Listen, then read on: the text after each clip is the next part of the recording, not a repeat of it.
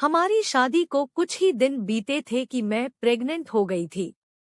जब यह बात मैंने मेरे पति को बताई तो उसने कहा कि मुझे अभी बच्चा नहीं चाहिए। अभी तो हम इतने स्टेबल भी नहीं हैं कि एक बच्चे की जिम्मेवारी ले सके। उसके आने से हमारे घर के खर्चे बढ़ जाएंगे। अभी अभी तो हमारी शादी हुई है, इतनी जल्दी बच्चा? अभी तो हमें अपनी शादीशुदा जिंदगी जीनी है। अगर अभी बच्चा हो गया तो हम पूरी जिंदगी बंद कर रह जाएंगे। बच्चा करने के लिए तो पूरी जिंदगी पड़ी है, कभी भी कर लेंगे। तुम अभी इस बच्चे का अबॉर्शन करा लो। मैं अभी इस बच्चे की जिम्मेदारी नहीं ले सकता हूँ। यह सब सुनकर तो मेरे पैरों तले के नीचे से जमीन खिसक गई।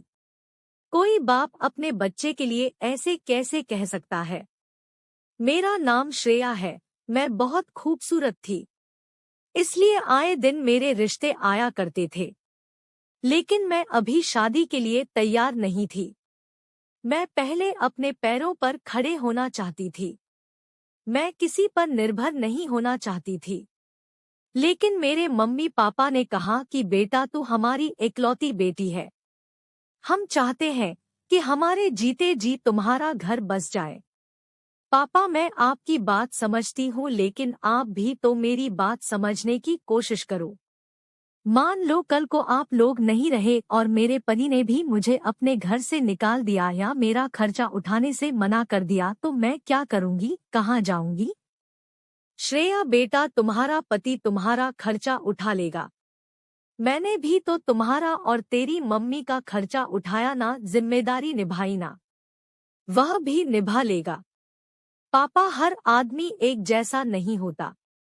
पापा मैं कॉलेज जा रही हूँ। श्रेया बेटा आज थोड़ा जल्दी घर आ जाना, शाम को लड़के वाले तुम्हें देखने के लिए आ रहे हैं। मम्मी पापा को समझाओ ना। मम्मी टिफिन देते हुए श्रेया बेटा ठीक ही तो कह रहे हैं, तेरे पिताजी तू बस शाम को जल्दी घर आ जाना। एक बार लड़का देख लेना, फिर जो तेरा फैसला होगा हमें मंजूर होगा। शाम को जब मैं घर आई तो हमारा घर इतना खूबसूरत लग रहा था जैसे कि मैं कोई सपना देख रही हूँ। मम्मी इतना सब करने की क्या जरूरत है? लड़के वाले मुझे सिर्फ देखने आ रहे हैं। आप लोग तो ऐसे तैयारी कर रहे हो जैसे आज ही मेरी शादी हो। आप लोगों को बड़ी जल्दी है मुझे घर से भगाने की। अरे बेटा, अपने बच्चों की शादी का सपना हर माँ बाप देखता है कि वह अपने बच्चों की शादी धूमधाम से करे। श्रेया बेटा जा तू अब जल्दी से तैयार हो जा, लड़के वाले आते ही होंगे। जब मैं अपने कमरे में गई तो वहां एक पिंक कलर की साड़ी बेड पर रखी हुई थी और कुछ ज्वेलरी भी रखी थी। मैं पिंक साड़ी में बहुत खूबसूरत लग रही थी। मुझे लगा कहीं मेरी ही नजर ना लग जाए, तभी पापा की आवाज आती है, बेटा जल्दी करो, लड़के वाले आ गए हैं। कुछ देर बाद मम्मी मुझे नीचे लेकर जाती है। मैं थोड़ा घबराई हुई थी, दिल जोर से धड़क रहा था। मैं सबको चाय देने लगी। तभी मेरी नजर विनय पर पड़ी और उसने मुझे देखा और हम दोनों को एक ही नजर में प्यार हो गया। विनय तो बस मुझे देखते ही जा रहा था और मेरे दिल की धड़कन बढ़ती जा रही थी। मेरी सास ने कहा कि हमें लड़की पसंद है, अब यह दोनों भी आपस में बात कर ले तो अच्छा होगा। पापा ने कहा कि श्रेया बेटा विनय को बाहर गार्डन दिखा कर लाओ। फिर मैं और विनय बाहर गार्डन की तरफ गए तो हम दोनों ही खामोश थे। हमें कुछ समझ नहीं आ रहा था कि बात कहाँ से शुरू करें। विनय बोला, आज आप इस साड़ी में बहुत खूबसूरत लग रही है। मैंने कहा थैंक यू, आप भी बहुत हैंडसम लग रहे हो। हम दोनों मन ही मन एक दूसरे को दिल दे बैठे थे। धीरे धीरे हम दोनों की नजदीकियां बढ़ने लगी। हम मिलने लगे। हमारा रिश्ता तय हो चुका था। हम शादी की तैयारियां साथ करने लगे। उसने मेरा शादी का जोड़ा पसंद करवाया और मैंने उसकी ड्रेस सेलेक्ट करवाई। शादी के बाद भी विनय मुझसे बहुत प्यार करता था। मेरी हर छोटी बड़ी ख्वाहिशों का ख्याल रखता था, मगर मेरी प्रेग्नेंट होने की खबर सुनकर वह मुझसे दूर दूर रहने लगा और कहता कि अभी मैं बस इस बच्चे की जिम्मेदारी नहीं ले सकता। तब मैंने उनसे कहा कि तुम इस बच्चे की जिम्मेदारी क्यों नहीं ले सकते?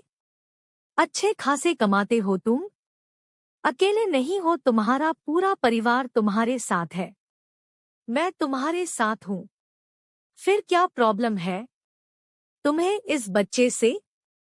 यह पल हर माँ बाप के लिए सुखद भरा होता है और तुम कह रहे हो इसका अबॉर्शन करा लो। मैंने उसे बहुत समझाया, लेकिन वह नहीं माना।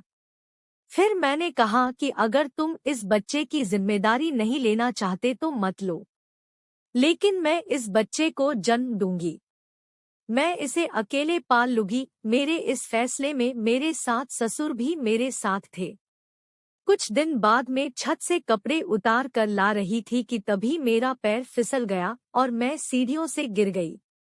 मेरे पेट में दर्द होने लगा, मैं जोर जोर से चिल्लाने लगी। तभी मेरे साथ ससुर मुझे अस्पताल लेकर गए। वहां डॉक्टर ने मेरा चेकअप किया तो उसने कहा कि हम आपके बच्चे को नहीं बचा पाए।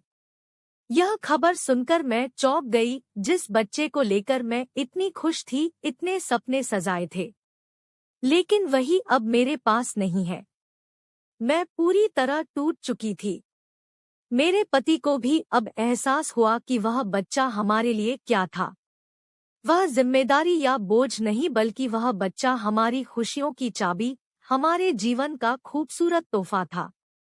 आज मेरी शादी को 15 साल हो गए है और हम बेऔलाद हैं। अक्सर मेरे पति अब कहते हैं कि काश मैं अपनी जिम्मेदारी अच्छे से निभा पाता, उस वक्त अपने बच्चे और तुम्हारा ख्याल रखता, तो आज हमारे घर आंगन में भी बच्चे की किलकारी गूंजती। लेकिन अब पछताने का क्या फायदा, जो होना था वह तो हो गया। भगवान जब हमें खुशी